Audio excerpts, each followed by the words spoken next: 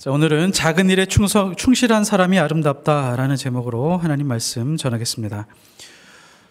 로마의 백부장 고넬료는 항상 기도하는 사람이었습니다. 어느 날 오후 3시에 기도하는 중에 천사가 내려왔습니다. 하나님의 명령을 듣고 그 명령을 고넬료에게 전해주라고 하는 그 하나님의 명령을 듣고 천사가 내려왔습니다. 천사의 말을 다 듣고 천사는 떠나가게 되었고, 고넬료는 천사가 떠나자마자 집안에 하인 2명과 그리고 부하 1명을 불렀습니다. 그 다음의 행동이 참 멋집니다. 8절에 보면 이 일을 다 이루고, 고넬료는 군인이기 때문에 그냥 명령만 딱 내리면 됐었습니다. 그냥 어느 지역을 말하고 누굴 데려와라 라고 하고 끝냈을 수도 있었는데, 지금 천사가 자신에게 말해 주었었던 그 말들, 환상 중에 본 내용들을 자세하게 하인과 부하에게 설명을 해주고 있었던 것입니다. 그러니까 고넬료는 부하들이라고 할지라도, 하인들이라고 할지라도 인격을 존중하고 있었다는 것을 우리가 알 수 있습니다.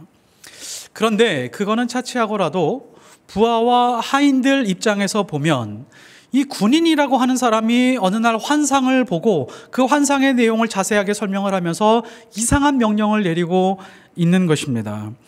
실제로 무두장이의 집이 어디에 있는지 정확하게 알지 못하고, 무두장이의 집에 베드로가 있다고 하는데 이 사람의 집은 아닌 것 같고, 베드로가 실제로 있을지 없을지도 불확실한 그런 상황이었습니다. 그리고 이 세 사람들이 이거 환상을 보고 이렇게 명령을 내린 건데 이거 이상한 명령 아니야? 우리가 가다가 그냥 어느 정도 가다가 돌아오면서 보고를 하고 가니까 없었던데요? 라고 이렇게 보고를 해도 할 말이 없는 상황이었습니다. 실제 베드로를 만났다라고 할지라도 베드로가 문을 열고 보면 로마 군인이 와서 서 있는데 자기를 체포하지 않을까라는 생각에 도망갈 수도 있는 그런 불확실하고 변수가 많은 그런 명령이었습니다. 하지만 이렇게 이상하고 황당한 명령에도 불구하고 이 세 사람은 다른 생각을 전혀 하지 않았습니다. 고넬료의 말을 듣고 곧바로 짐을 챙겨서 떠났습니다. 우리는 이 떠나는 여정, 출발하는 시간과 도착하는 시간을 대략적으로 추정할 수 있습니다. 3시에 고넬료가 기도를 했기 때문에 기도가 끝난 다음에 하인과 부하를 불렀죠. 적어도 한 4시쯤 되었을 거라고 생각을 합니다. 그러니까 명령을 듣고 또 여행 그 가방을 좀 꾸려야겠죠. 그러면서 5시, 그러면서 이른 저녁을 먹고 출발을 하면 한 6시쯤 출발했을 것 같습니다. 그러니까 이 여행하는 그 시간이 대략적으로 한 18시간 정도 남은 거죠.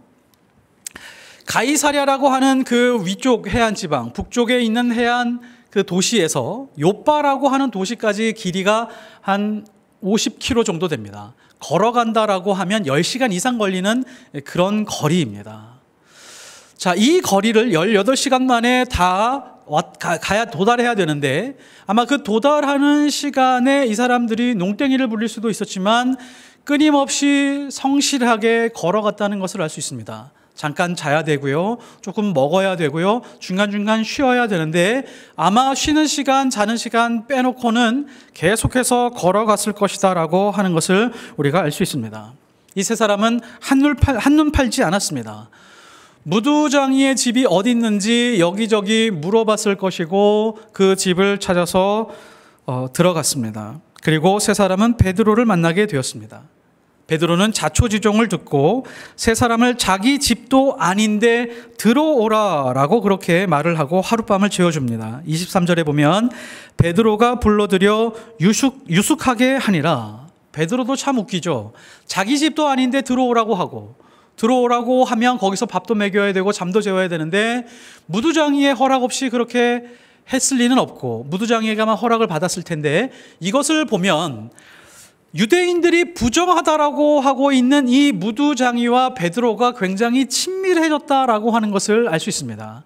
편견이 무너지게 되고 하나님도 이 사람을 사랑하는구나 라고 하는 그런 마음으로 이 집에 머물러 있었다라고 하는 것을 알 수 있습니다. 하룻밤을 자고 그 다음날 또 여장을 꾸려서 가이사랴로 올라가게 되죠. 자, 베드로가 고넬료를 만나는 이 사건은 사도행전뿐만이 아니라 성경 전체에서 굉장히 중요한 장면입니다. 왜냐하면 하나님의 꿈이 실현되는 장면이고 이방인으로서 최초로 예수 그리스도의 복음을 받아들이고 그 집안 전체가 예수님을 주인으로 모시는 그런 장면이기 때문입니다. 유대인들에게만 구원이 있다라고 생각했었던 그 유대인들의 생각을 완전히 무너뜨리는 장면이기 때문에 굉장히 중요합니다. 이방인도 구원의 대상이다라고 하는 것을 눈앞에 분명하게 펼쳐 보여주는 사건이라고 할 수 있죠. 자, 우리는 베드로와 예루살렘 교회에서 일어났었던 놀라운 기적들을 잘 알고 있습니다. 여러 번 이야기를 했죠. 바로 앞서서 요바에서 죽은 자를 살려내기도 하고 병든 사람을 고치기도 했습니다. 이런 사역들을 보면 굉장히 큰 사역들이죠. 굉장히 큰 일들을 해내왔습니다. 그런데 상대적으로 보면 이 세 명이 움직이는 이 동선, 고넬료에서부터 베드로에 이르기까지 그 오고 있는 그 성실함, 이 충실함은 굉장히 하찮은 일처럼 덮여서 그냥 지나쳐 버릴 수 있는 그런 일처럼 보입니다. 그러나 결코 작은 일이 아닙니다. 이 세 사람이 신실하게 성실하게 베드로에게 도달하고 베드로를 데리고 고넬료를 만나게 하는 이 과정이라고 하는 것은 굉장히 중요한데, 이런 과정이 없었다라고 하면 사도행전의 이야기가 더 이상 이어질 수 없었을 것입니다. 그리고 사도들과 그 당시 예루살렘 교회가 이방인에게도 구원이 있다라고 하는 것을 목격할 수 없었을 것이고 아마 그것을 깨닫는데 오랜 시간이 걸렸을 가능성이 높습니다. 우리는 다윗과 골리앗의 이야기를 매우 잘 압니다. 전 세계에 있는 모든 사람들이 다윗과 골리앗의 이야기를 알죠. 다른 종교에 있는 사람들도 이 이야기를 잘 압니다. 우리에게 골리앗을 이긴 그 사건보다도 조금 더 중요한 것이 있습니다. 다윗이 어떠한 과정을 통해서, 어떠한 배경을 통해서 다윗과 골리앗의 싸움이 이루어지게 되었는가, 다윗이 어떻게 골리앗 앞으로 가게 되었는가가 굉장히 중요한 부분입니다. 어떻게 가게 됐는지 아시나요? 어느 날 블레셋이라고 하는 그 민족이 이스라엘을 침략했습니다. 사울 왕이 부랴부랴 군사들을 징집하기 시작을 했죠. 그때 다윗의 첫째 형, 둘째 형, 셋째 형이 징집을 당해서 갔습니다. 아버지 이새는 걱정이 됐죠. 아들들이 전쟁에 나가서 다치지는 않는가, 또 혹은 굉장히 힘들지는 않은가, 이것을 좀 알고 싶었습니다. 그래서 심부름을 보내게 되었죠. 그 세 아들에게 먹을 거리를 보내기로 했습니다. 그때 심부름을 간 사람이 다윗이었습니다. 아버지는 다윗에게 붉은 곡식들과 빵과 치즈 10덩어리를 주었습니다. 치즈 10덩이를 누구에게 전달하라고 했냐면 천부장에게 주래요. 천부장에게 주고 형들의 안부와 또 형들이 잘 살아 있는지를 알아보고 오라고 했습니다. 아버지 이새는 왜 이렇게 무거운 것을 들고 먼 거리를 다녀오라고 아들 다윗에게 심부름을 시킨 것일까요? 다윗은 베들레헴 사람 이새의 아들 중에 8번째로 태어났습니다. 그러니까 막내였습니다. 다윗과 골리앗이 싸웠던 그 골짜기의 이름이 엘라 골짜기입니다. 다윗이 살고 있었던 지역은 베들레헴입니다. 여기서 거리가 어떻게 되냐면 30km 정도 됩니다. 성인이 걸어서 한 6시간 정도 걸리는 그런 거리입니다. 이때 다윗의 나이가 몇 살이었을까요? 다윗은 10대였습니다. 그러니까 엘라 골짜기까지 이 무거운 짐을 들고 10대가 가기에는 너무 버거운 거리였죠. 근데 여기에서 의문이 생깁니다. 다윗의 형제가 몇 명이었다고요? 8명이었죠. 8명인데 첫째, 둘째, 셋째가 징집을 당해서 지금 전쟁에 나가 있습니다. 자, 다윗이 몇째였다고요? 다윗이 막내였습니다. 자, 그러면 다윗의 입장에서 보면 누가 전쟁터로 가야 되죠? 심부름? 넷째가 가야 됩니다. 넷째가 좀 아프고 사정이 있으면 다섯째를 보내고 되고 형들이 둘이나 남아 있는데 지금 이새는 막내, 굳이 막내 다윗으로 심부름을 하게 했습니다. 왜 그랬을까요?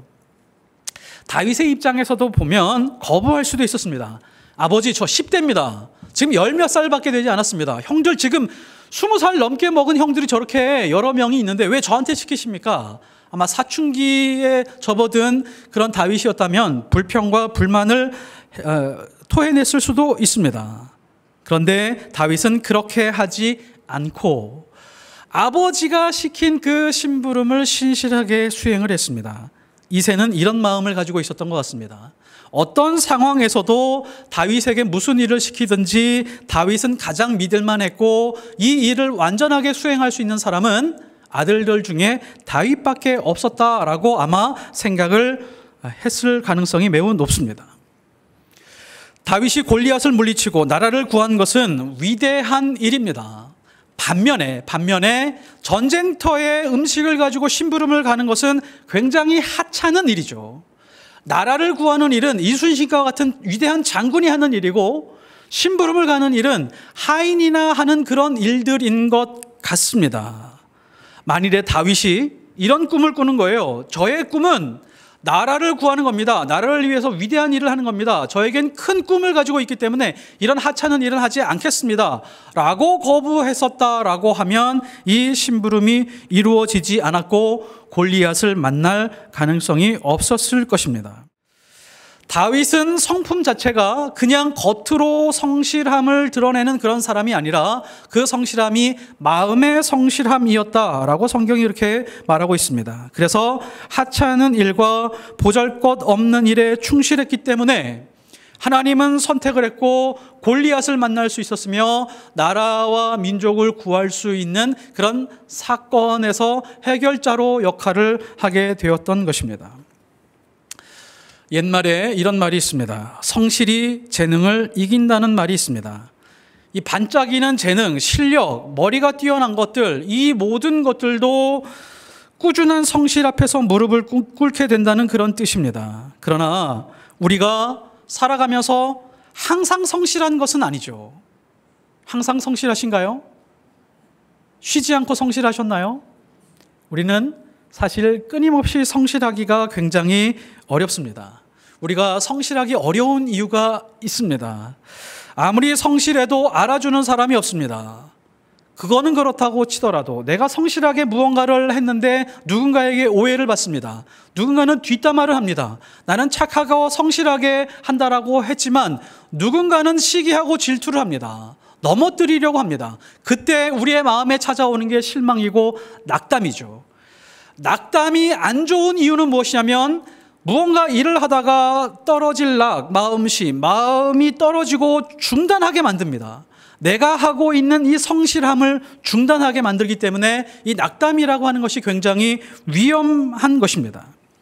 그러나 성실하다라고 하는 의미는 실망이 찾아오고 낙심이 찾아오고 짜증과 분노, 오해가 있다라고 할지라도 중단하지 않고 계속해서 이어가는 것입니다. 이게 성실함입니다. 성경에 나오는 사람들이 그렇게 했고 하나님의 사람들이 늘 그렇게 했습니다. 이럴 때 꼭 해야 하는 말이 있습니다. 못 먹어도 고입니다.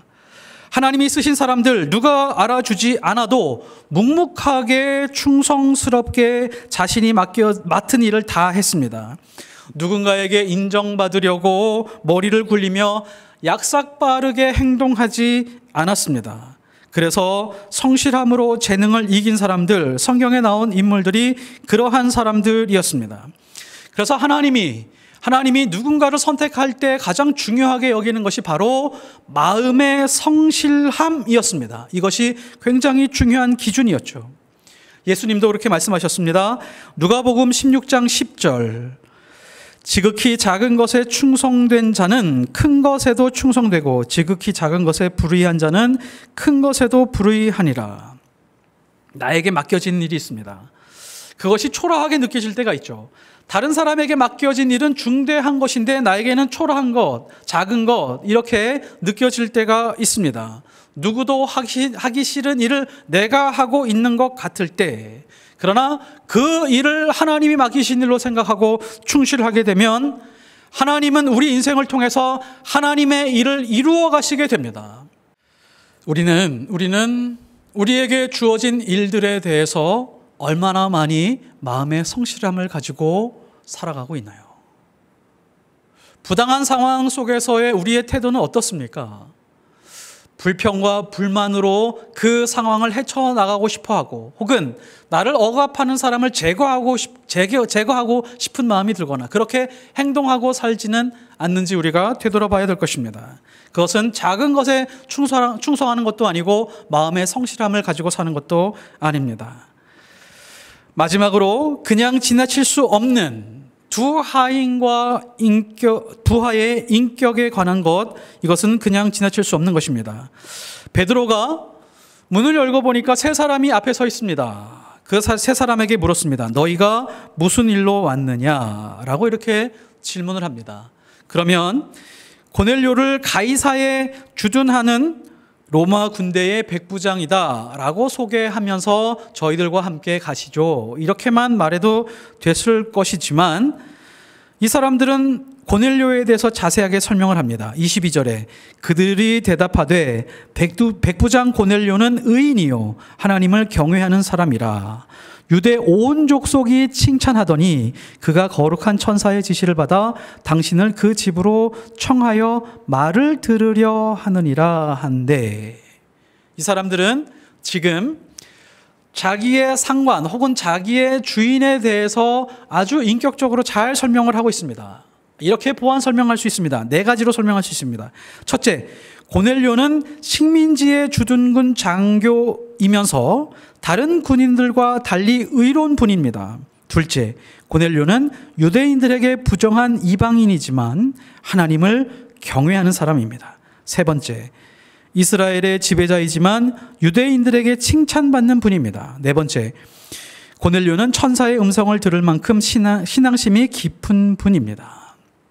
한마디로 저의 상관이신 고넬료, 저의 주인이신 고넬료는 하나님에게 인정받고 사람들에게 인정받는, 특별히 당신들 유대인들에게 인정받는 그런 사람입니다 라고 이렇게 설명을 합니다.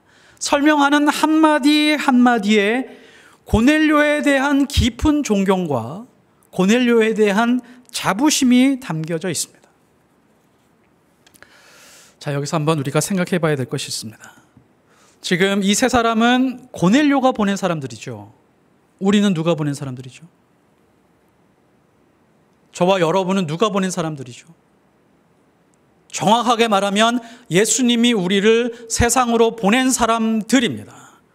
우리는 예수님의 제자들이고 분명히 예수 믿는 사람들에게 세상으로 나가서 제자의 역할을 하라라고 그렇게 말씀을 하셨습니다. 예수님이 보낸 사람들이라고 하는 그 뜻은 예수님을 설명할 수 있는 사람들이라고 하는 뜻입니다. 우리는 살아오면서 예수님을 누군가에게 진심으로 인격적으로 설명하고 소개하려고 한 적이 있으십니까? 혹은 그래 보고 싶은 마음이 있으십니까? 만일에 그런 마음이 별로 없다면 예수님이 보낸 사람들이 아닐 수 있습니다.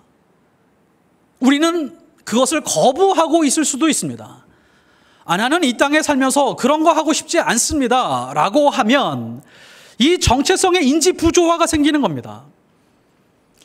우리는 예수님의 보냄을 받은 사람으로서 세상에 나가서 우리가 하는 일과 우리가 하고 있는 말들, 그런 태도와 그런 모든 인생을 다해서 예수님을 설명하는 사람들이어야 되는데 우리는 그것에 대해서 별로 관심이 없습니다. 우리의 삶을 통하여 예수님을 소개하고 싶은 마음이 있으십니까? 예수님을 소개할 때 어떻게 설명하고 싶으십니까? 또 혹은 예수님을 어떻게 설명하고 살아오셨습니까? 우리가 하고 있는 예수님에 대한 설명 속에 우리의 인생이 담겨져 있습니다. 우리의 인격이 담겨져 있습니다. 우리의 삶의 목적과 목표가 다 담겨져 있습니다. 우리의 믿음, 우리의 삶, 그 속에 다 담겨져 있습니다. 우리 포이에마의 DNA가 있죠. 이런 것이 있습니다. 그리스도인으로 살아가는 것, 당당하게 살고 단단하게 살고 담담하게 살아가라 라고 하는 말씀을 우리가 많이 들었습니다. 언제 우리가 당당하고 단단하고 담담할 수 있을까요? 예수 그리스도를 설명하면서 살아갈 때입니다. 내 삶으로, 나의 태도로, 나의 말로, 나의 모든 것으로 예수 그리스도가 설명할 때 그때가 최고로 당당하고 그때가 최고로 담담하며 그때가 최고로 단단한 삶으로 살아갈 수 있을 때입니다. 또 하나의 DNA가 있죠. 우리는 상대방의 가치를 알아보고 가장 그답게 살게 하는 것. 우리가 붙드는 교회의 철학입니다. 우리가 상대를 만났을 때 그 상대가 가장 그답게 살아가게 하는 것 무엇일까요? 물질에 도움을 주는 것, 혹은 자존감을 높여주는 것, 좀 마음의 평안을 주는 것, 이런 것일까요? 그렇지 않습니다. 그 일은 누구도 할 수 있습니다.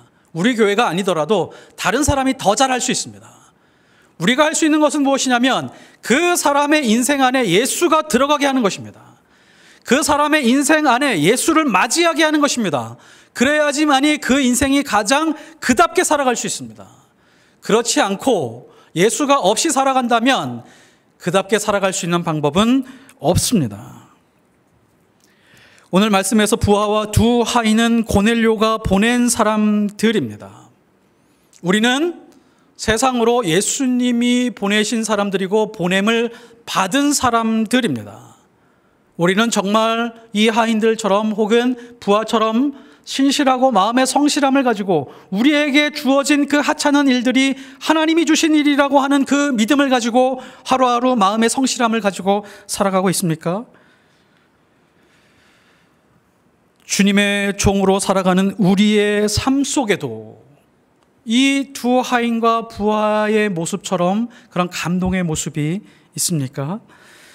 사람 보기에는 아무리 하찮아 보이는 일도 하나님 앞에서는 무의미한 일이 단 한 가지도 없습니다. 우리가 그런 믿음으로 살아갔으면 좋겠습니다. 한 사람의 인생과 한 사람의 역사도 가장 작고 사소해 보이고 하찮고 보잘것없는 일로부터 하나님이 이끌어 가십니다. 성경을 자세히 보십시오. 그렇게 하나님이 일하고 계시다는 것을 너무너무도 잘 알 수 있습니다. 그래서 교만이라고 하는 것이 이런 것입니다. 작고 하찮은 일에 대해서 무시하는 것, 이것이 교만입니다. 사람에게도 그렇게 평가하는 것, 그것은 악한 것입니다. 좀 하찮아 보이는 사람, 보잘것 없어 보인다라고 하는 그 사람들을 무시하고 하대하는 것, 이것이 교만이고 악함입니다. 겸손은 작고 하찮고 대수롭게 보이지 않는 그런 일들의 가치를 알고 그것을 붙들고 하나님 앞에 기도하는 것입니다. 바다는 강물들이 모여서 이루어진 것입니다. 강물들은 시냇물들이 모여서 이루어진 것입니다. 시냇물은 작은 물방울 하나하나가 모여서 이루어진 것입니다. 작고 하찮은 일들은 단 한 가지도 없습니다. 보잘것없고 이 일이 무슨 의미가 있나라고 하는 그 속에서 하나님은 보석을 숨겨두시고 하나님의 계획대로 이끌어가고 계십니다. 이것을 믿고 살아가는 것, 이것이 겸손입니다. 우리에게 주어진 사소한 일도 큰 일처럼 생각하고 고귀하게 생각하며 그것을 붙들고 신실하게 마음의 성실함을 가지고 살아가는 것, 그런 마음으로 살아가는 사람들, 그 사람들이 그리스도인들입니다. 누구보다도 예수님을 인격적으로 가장 잘 설명하는 사람들, 이 사람들이 바로 하나님의 자녀들입니다. 그 일을 기뻐하는 주의 귀한 자녀들이 되시기를 예수 그리스도 이름으로 축복합니다.